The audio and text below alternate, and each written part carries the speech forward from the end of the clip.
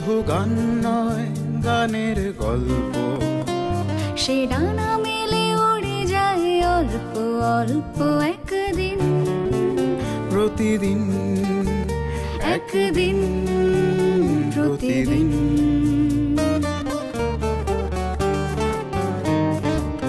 কেন সে গান গায় সে কথা অজানা, সে সর সন্ধির সন্ধিতে নিশানা। কেন সে গান গায় সে কথা অজানা, সে স্বর সন্ধির সন্ধিতে নিশানা। সে কাকে ডাকে কে মনে রাখে, আলো ছায়া মাখা হারানো দিন। সে শুধু গান নয়, প্রাণের স্পন্দন, যার কথা মালা হয়ে ওঠে চন্দন সুবাসে প্রতিদিন, একদিন প্রতিদিন।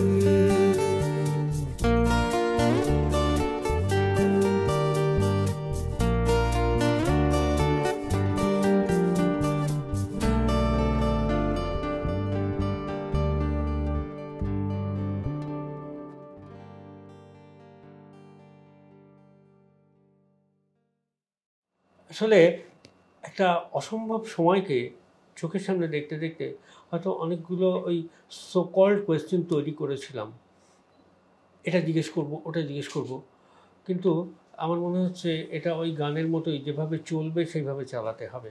আমার না খুব মনে হচ্ছে আপনার এই কথাগুলো শুনে শুনে জীবন এবং সঙ্গীত এই দুটো তো একদম একটা বাইনারি রিলেশনশিপের মতো, মানে এটা না থাকলে ওটা নেই, এটা আছে বলেই ওটা আছে। এটাকে আপনি কিভাবে ব্যাখ্যা করবেন?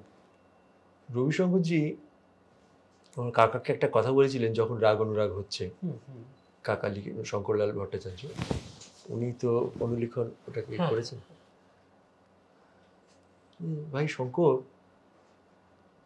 আমার যা যা লোকে শোনে সে তারে শোনে, আমি ভেতরে শুনতে পাই সেই দুঃখটা, আমার ভেতরে যে দুঃখ জমে থাকা, যে তীব্র বেদনা দুঃখ, ওইটাই কিন্তু আমার বাজনা। সব রাগের মধ্যে দিয়ে আমি সেই দুঃখটাকেই বিভিন্নভাবে দেখতে পাই আর প্রকাশ করি। এই কথাটা পড়ার পর তারপর আমি যখন গান গেয়েছি, আমারও ঠিক সেই ধরনের অনুভূতি আমারও আমি দেখেছি, আসতে থেকেছে। যে আমার ব্যক্তিগতভাবে মনে হয় যে দুঃখর থেকে বড় সৌন্দর্য একজন শিল্পীর কাছে বোধহয়, আমি জানি না, আমার কাছে অন্তত নেই। সে এক অপূর্ব সৌন্দর্য নিয়ে ভেতরে ধরা দেয়। মানে প্রথমত আমাকে সে ঐশ্বর্যমণ্ডিত করেছে আমার বিভিন্ন দুঃখ, হ্যাঁ, এবং প্রত্যেকটি খুব মানে আমি যত্নের সাথে ভেতরে মানে লালন, হ্যাঁ হ্যাঁ, আশ্রয় দিয়ে রেখেছি। কারণ এরা প্রথমত নিজেকে নিচু হতে শিখিয়েছে এই দুঃখগুলি, এবং এই যে প্রত্যেকটি যন্ত্রণা, যখন প্রথম মাস্টারমশাইয়ের মৃতদেহ প্রথম দেখলাম, ওইটাই প্রথম। তারপরে আমার জ্যাঠা মারা গেলেন, আমার জ্যাঠার সন্তান ছিল না, আমার জ্যাঠা বিয়েই করেননি। তো দাহ করতে গেলাম চাকদার শ্মশানে, তা আমি সেই মুখাগ্নি করছি, হ্যাঁ, প্রথম সেটা একটা গঙ্গা বয়ে যাচ্ছেন, আমি আমার জ্যাঠাকে মুখাগ্নি করে তার দেহ সেই প্রথম একটা অনুভূতি। তারপরে বাবা চলে গেলেন, হ্যাঁ, গুরুদেব চলে গেলেন, গুরুমা চলে গেলেন। যে প্রত্যেকবার শ্মশানে যাওয়া, সেই দেহের সাথে শেষ মুহূর্ত অবধি থাকা, আর নিজের ক্ষেত্রে অর্থাৎ বাবার ক্ষেত্রে, মায়ের ক্ষেত্রে করণীয় যেগুলো সেগুলি করা, হ্যাঁ, এইগুলোর মধ্যে দিয়ে যেন পুরো জীবনটাকে দেখা যাচ্ছে, যেন জীবনের পরবর্তীটাও দেখা যাচ্ছে, আর সেইটা নিয়ে বাড়ি ফিরছি, হ্যাঁ, আরও বলা যেতে পারে সমৃদ্ধ হয়ে ফিরছি। তারপরে যখন গান গাইছি, আমার মনে আছে যখন আমার বাবা মারা যান, তারপরে রাশিদ ভাই আমাকে খুব দামি একটা কথা বলেছিল। রাশিদ বলেছিল যে দেখ, তোকে অনেকে জিজ্ঞেস করবে হয়তো এই ইন্টারভিউ বা কিছু লিখতে বলবে, তুই গানে প্রকাশ করবি। খুব দামি কথা বলেছিল। রাশিদ ভাইয়েরও তাই, রাশিদ ভাই খুব ছোটো বয়সে বাবা চলে গেছে, তারপরেও মোটামুটি ছোটো বয়সেই মা চলে গেছে, হ্যাঁ। তো আজ তো রাশিদ ভাইও চলে গেছে, কিন্তু রাশিদ ভাই যে কথাটা আমাকে বলেছিল যে তুই যে আমার সাথে কথা বলছিস, তোর যে কান্না আসছে বা কাঁদছিস বা যেটা, আমার কাছে ঠিক আছে, আমি তোর বড় ভাই, কিন্তু লোকের কাছে, সবার কাছে নয়, সবার কাছে তোর সঙ্গীত, ওইটাই তোর ভেতরের যন্ত্রণা, সবটাই ওর মধ্যেই মার্জ করবে আর কি। এবং সেখানে সেখানে কিন্তু বসন্ত বাহার সবই আছে, সেখানে হিন্ডোল আছে, সবই আছে। হ্যাঁ, কারণ ওই যে বলেছি দুঃখের তিমিরে যদি জল তব মঙ্গল আলো তবে তাই হোক। আর শুধু তাই নয়, সবের ভেতরে গিয়ে গিয়ে গিয়ে গিয়ে আমরা সেই সোর্সেই তো যাচ্ছি, আর সেখানে গিয়ে তো সব আলোময় একেবারে হয়ে আছে। আমি ইচ্ছে আছে পরে একটি গান গাওয়ার, কবি নিশিকান্তের একটি কথা, মানে আমি সুর দিয়েছি কিন্তু কথাটাই তো আসল। একটা জায়গায় বলছেন, আলো মাখা তব পাখা একুলায় ভাতিল। মানে কত কোটি টাকার বা টাকা দিয়ে মেজার করা যাবে না এই কথাটা, আলো মাখা তব পাখা। হ্যাঁ, সেই পাখা বলছে, গানটা বলছে যে ওগো পাখি অনুরাগী তব তরু সাধিল, পল্লবে পল্লবে কি স্বপন গাঁথিল, রঞ্জিত মুকুলিত অন্তর ভরিয়া তব তরে থরে থরে কি আসন পাতিল, সারা বেলা শাখা মেলা এই জীবন বিটপি তব সাথে দিনে রাতে কি ওড়ায় মাতিল। লাস্টে বলছেন, প্রিয়তম অনুপম হে সুদূর বিহারী আলো মাখা তব পাখা একুলায় ভাতিল, নীলিমার পারাবার হারা তব গতিরে ভালোবেসে কি আবেশে একুলায় বাঁধিল। মানে একটা চিত্রকল্প এবং তার সঙ্গে দর্শন মিশে রয়েছে। হ্যাঁ, এইভাবে। হ্যাঁ, রবীন্দ্রনাথ বলেছেন তো, রবীন্দ্রনাথ দিলীপ কুমার রায়কে চিঠিতে লিখেছিলেন, কই আমি তো সেই আলো দেখতে পাই না যেখান থেকে নিশি ওর কবিতা লেখে। এত বড় কথা ছাত্র সমাজে বলেছেন, কই আমি তো সেই আলো দেখতে পাইনি বলেছিলেন। আবার উনি বলছেন আলোয় আলোকময় করে এলেই আলো। নিশ্চয়ই বলেছেন বলেই তো ওরকম উনি তাই এই কারণে বোধহয় সঙ্গীতে এত, মানে সঙ্গীতের দিকে তাকালেই বোধহয় ওই সার্চিং লাইটটা ধরা পড়ে। হ্যাঁ, সেখানে গিয়ে আর কিছু নেই, আর কিছু মানে আর কিছু প্রয়োজনও নেই, আর বাকিটা খুব মেকি মনে হয়। মানে ঠিক আছে যা হচ্ছে ঠিক আছে, আমরা সেটাকে not to look down upon বা not to see it as mundane, কিন্তু একেবারে মানে আনন্দের একদম মানে যাকে হাব বলা যেতে পারে, হ্যাঁ, ওর মধ্যে একদম ডুবে আছে, তুরীয় আনন্দের ডুবে আছে ব্যাখ্যা। ব্যাস। গান গানটি গান গানটি গান গানটি গান গানটি। হ্যাঁ, আমি ছোট্ট করে কম্পিটিশনের গানটা একটু গাইছি।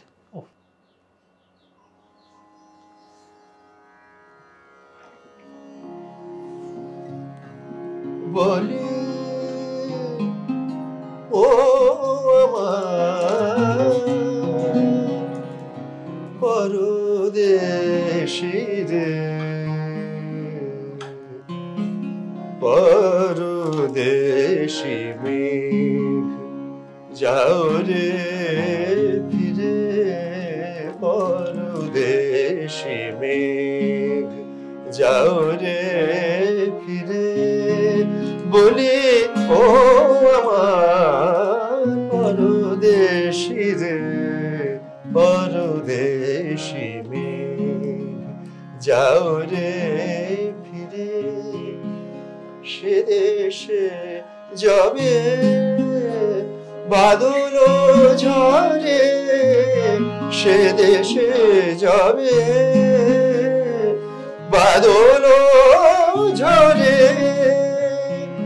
কাঁদে না কি প্রাণ একলা ঘরে,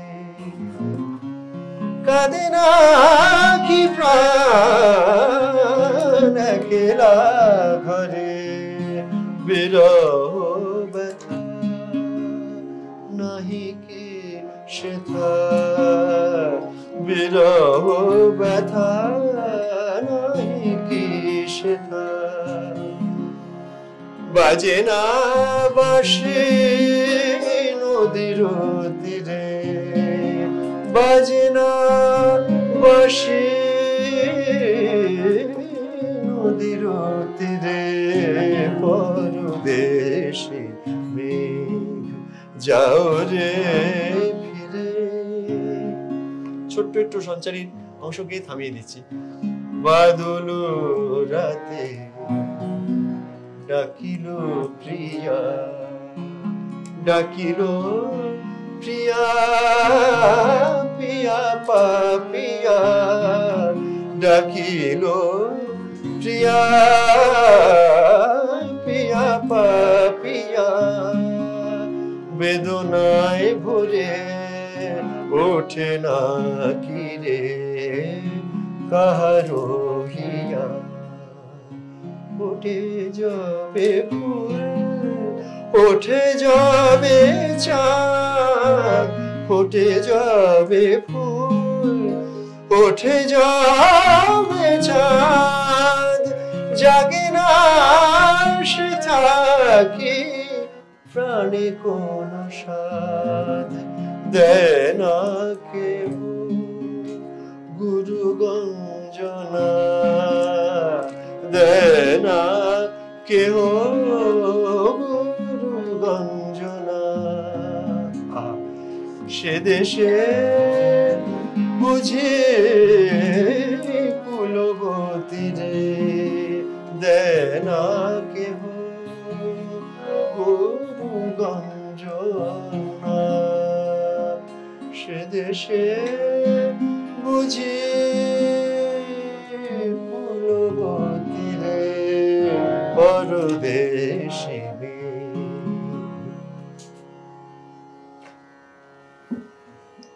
আরও একবার ঈশ্বরকে ধন্যবাদ দেওয়া ছাড়া কিচ্ছু করার নেই, কারণ একটা ঐশ্বরিক